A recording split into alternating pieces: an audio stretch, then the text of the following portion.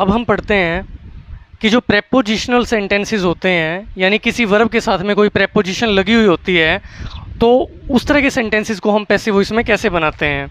इसमें आपने कुछ नहीं करना होता, जिस वर्ब के साथ में जो प्रेपोजिशन जैसे भी लगी हुई है वैसी की वैसी हमने अटैच कर देनी है, बस इतना ही करना है और कुछ नहीं करना। He was looking at the picture, वह एक तस्वीर की तरफ देख रहा था, वह तस्वीर की तरफ देख रहा था, तो क्या बन जाएगा, the picture was being looked at by him। Was looking था यानी कि प्रेजेंट पास्ट कंटिन्यूस था, तो हम क्या करेंगे, वोज तो लगाएंगे ही, साथ में बीइंग अपनी तरफ से जोड़ देंगे। ये तो हमें पहले से पता है, वॉइस के नियमों में हमने सीखा है ये पहले। लुक्ड, लुक की थर्ड फॉर्म कर दी। अब ये जो लुक के साथ में एट प्रेपोजिशन लगी हुई थी पहले से, तो ये हम एज इट इज़ लगा देंगे, बस इतनी ही बात है। इसको हमने छोड़ना नहीं है या इसका स्थान परिवर्तन नहीं करना। जिस वर्ब के साथ में जो प्रेपोजिशन जैसे भी लगी हुई है वैसे की वैसी हम लगा देंगे। I am listening to you, अब लिसन के साथ में टू लगा करता है, लुक के साथ में एट लगा करता है preposition. I am listening to you, मैं तुम्हें सुन रहा हूँ, तो you are being listened to by me, मैं तुम्हें सुन रहा हूँ। You are being listen to, तुम्हें सुना जा रहा है बाय मी, मेरे द्वारा। तो लिसन के साथ में टू था, तो हमने लिसन के साथ में भी टू लगा दिया। इसको छोड़ना नहीं है, जो प्रेपोजिशन जिस वर्ब के साथ में जहाँ भी जैसे भी लगी हुई है वैसे वैसे लगा दो उसको। एक car rain over a girl, एक कार या एक गाड़ी एक लड़की के ऊपर से दौड़ गई या उसने उसको कुचल दिया। एक girl was run over by a car,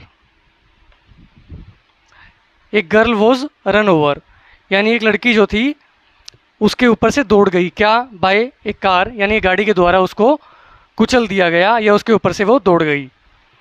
तो पास्ट इंडेफिनिट था, तो हम पास्ट कंटिन्यूस में जाएंगे और वहाँ से वोज या जो भी हेल्पिंग वर्ब है वो सिलेक्ट कर देंगे। यहाँ पे गर्ल था तो ये उसके साथ में वोज लग जाएगा, वर्ब तो यहाँ लगेगा नहीं।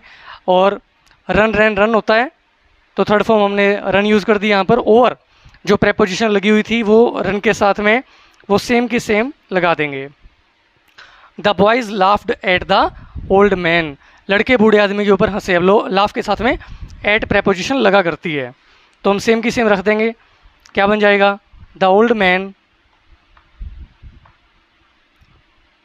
Man was laughed eight by the boys. The old man was laughed eight, बूढ़े आदमी के ऊपर हंसा गया। The old man was laughed eight, बूढ़े आदमी के ऊपर हंसा गया, किसके द्वारा, बाय द बॉयज, लड़कों के द्वारा। ही सेंट फॉर द डॉक्टर, उसने डॉक्टर को बुलावा भेजा, उसने डॉक्टर को बुलाया। तो the doctor was sent for, ये सेंट जो है वो सेकंड फॉर्म है और ये वाला जो सेंट है ये थर्ड फॉर्म है। सेंड सेंट सेंट होता है। The doctor was sent for bye हर, उसने डॉक्टर को बुलाया। और the doctor was sent for, doctor को बुलाया गया या उसे बुलावा भेजा गया बाय हर, उसके द्वारा। क्योंकि सेंट जो होता है उसके साथ में प्रेपोजिशन फॉर लगा करती है, तो हमने एज इट इज़ लगा दी, उसको हमने चेंज नहीं करना। कुछ एक और एग्जांपल्स देखते हैं। He was looking for the book, वह पुस्तक को जो है ढूंढ रहा था। लुक फॉर होता है ढूंढना, लुक के साथ में फॉर लगा, फॉर लगता है इसके साथ में प्रेपोजिशन, तो वह पुस्तक ढूंढ रहा था, तो इसका क्या बन जाएगा, the book was being looked for by him. The book was being looked for, किताब को ढूंढा जा रहा था, बाय हिम, उसके द्वारा। लुक के साथ में फॉर लगा था, हमने भी सेम का सेम रख दिया। ही शाउटेड एट द सर्वेंट, वह नौकर के ऊपर चिल्लाया। शाउट के साथ में एट लगता है, वह नौकर के ऊपर चिल्लाया। तो the servant was shouted at, the servant was shouted at, नौकर के ऊपर चिल्लाया गया बाय हिम। वर्ब की फॉर्म्स जो है वो आपको जरूर याद होनी चाहिए। ये सेकंड फॉर्म है, ये थर्ड फॉर्म है, हालांकि दोनों सेम है। शाउट, शाउटेड, शाउटेड ऐसे होती है। लुक जो होता है, लुक, लुक्ड, लुक्ड होता है, ये थर्ड फॉर्म है। The Hunter aimed at the bird, शिकारी ने पक्षी के ऊपर निशाना साधा। एम के साथ में एट लगा करता है, ये यहाँ पर सेकंड फॉर्म है। एम, एम्ड, एम्ड होता है, थर्ड फॉर्म भी सेम होती है। तो the bird was aimed at, third form है ये। The bird was aimed at, यानी पक्षी के ऊपर निशाना साधा गया, किसके द्वारा? By the Hunter.